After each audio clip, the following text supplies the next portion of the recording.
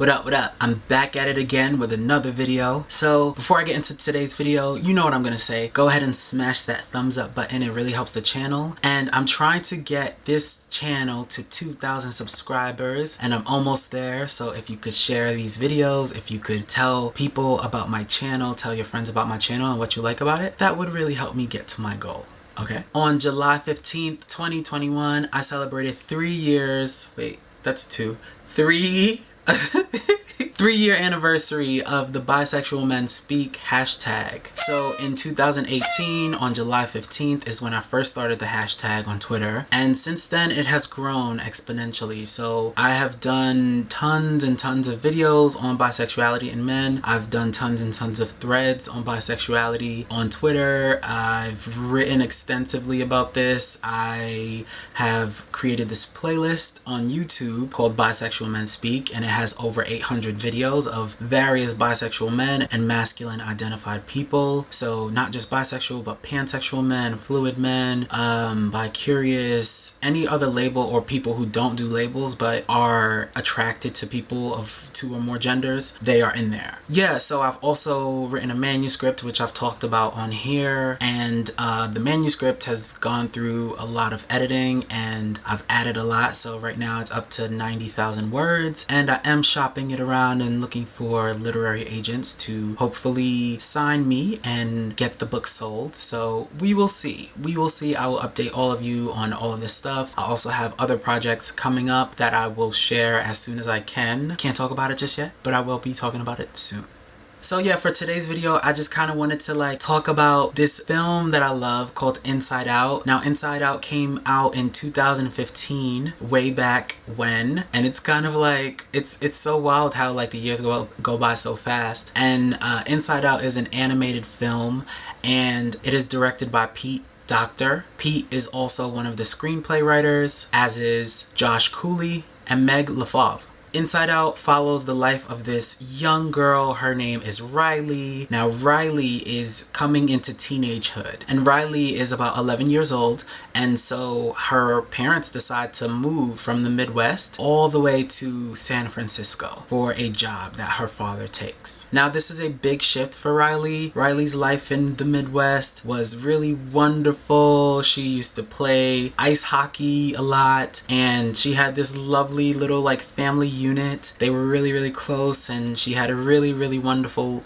lovely childhood. And then she is abruptly moved to a different city where she doesn't know anybody, and everything's different, and the pizza's different, and the streets and everything is so different. And so she's having a really hard time managing this shift and this change in her life as she is coming into about to be a teenager, these preteen years, you know? Now, we spend most of the film inside of Riley because this film is told from the perspective of her 5 cardinal emotions. They are joy, they are disgust, they are fear, they are anger, and they are sadness. And what I love about this film so much is that, first of all, it's really cute, right? So this film is age appropriate for anybody, right? So you could watch this with a 4-year-old and they will like it and get something from it, and you could watch this with a person in their 70s and they will get something from it, and it's really cute and enjoyable, you know? This movie is all about emotional intelligence, which is really why I wanted to talk about it on this channel, because that's so much of what I talk about. And I think this is probably the best film that I've ever seen on emotional intelligence and talking about emotions and feelings and memories and the subconscious mind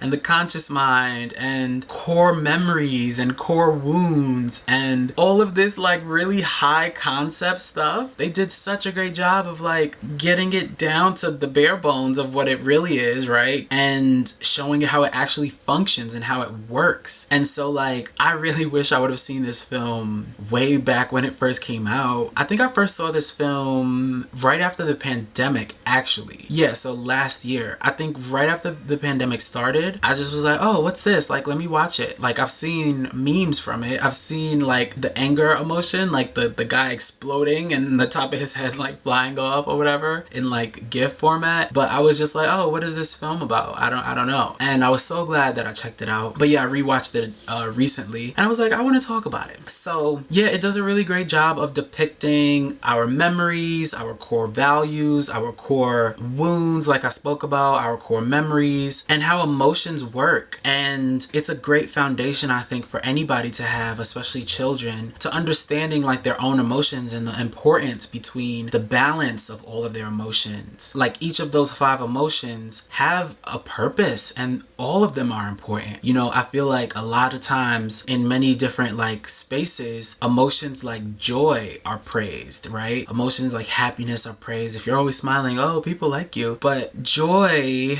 is like, it's only like superficial if you haven't also allowed and made room for all of these other emotions. And that's one of the really big things that we see in this film. I kind of don't want to really spoil anything in case all of you haven't seen it yet, but yeah, like that's one of the big lessons. Like when you are so anxious about like, oh no, I always have to be happy, and kind of like going back to that video I did about toxic positivity, right? Like when you're always so like, oh no, I have to like make myself be this way, I have to be happy, I have to play the role of a happy person, versus like allowing yourself to feel what might come up and explore that and be curious about your emotions. Like, I wonder why you feel like this. Like, okay, what's going on? What happened? Did something happen? Do we need to change something? Do I need to pay closer attention to my needs or my boundaries or my direction in life? Do I need to sit down and make a plan? Do I need to like step away from the plan a little bit and have a bit more fun? Like, what's up? You know what I mean? But in the movie, we see like what can happen if you are just so hell-bent on nothing but good vibes. You only gotta be happy all the time. That's not always healthy, because that's not always authentic to what is actually going on. You know what I'm saying? So if you haven't seen this movie, I strongly recommend you watch it, and we can chat about it in the description box below. Like, we could talk about some of our favorite parts. Yeah, gosh, I don't want to spoil anything. Well, I mean, the film has been out for a minute, so I was gonna say that one of my favorite parts is when they find Riley's old imaginary friend, and they are like riding around in like that, like, what is that, like a trolley thing that like flies with the broom at the end. Yeah, I like that part. I like when sadness has to be with joy and they are just like polar opposites, but come to find out later on in the movie that they actually require one another and they actually really work together harmoniously and they need each other in a lot of ways. But if you can't tell already, I really love this movie. It's really great, especially if you want to watch it with like a younger person in your life. If you have children and you want to watch it with children, this is perfect for them. I don't know how teenagers would feel watching this movie, if they would feel like this is a little too kiddie for them, but I don't know, because I didn't really feel that way, but maybe that's because like I'm not a teenager. But yeah, it's very much like it shows you like adolescence and preteens and like various emotions and not feeling understood and all of that stuff. And I can't say enough about this film. I think that it is such a beautiful introduction to emotional intelligence, which is what I try to center on this channel. It is so good. It is like so good. I can't stop raving about this film. Yeah, this film made me cry. Like, first time I saw it, like, I was like, I'm crying. Like, how did this happen? How did this happen? So yeah, it's one of those movies that's like, you know, it's a tearjerker, or at least it was for me. And a lot of people told me that too. So it's not just me. A lot of people said that, yeah, it made them cry too. So yeah, it's a really beautiful movie, and I don't really see that many people talk about it. But maybe that's because it just don't reach me on my side of the internet. Anyway, that was me fanboying about the film Inside Out. In case you haven't seen it, go see it. I watched it on Disney Plus, and that is all I have for you this week. If you made it this far, please go ahead and leave me some hearts down in the comment section below. And if you would like to help me out in any way at all, my Cash App and my Venmo information is right down below. I'll see you next time. Peace.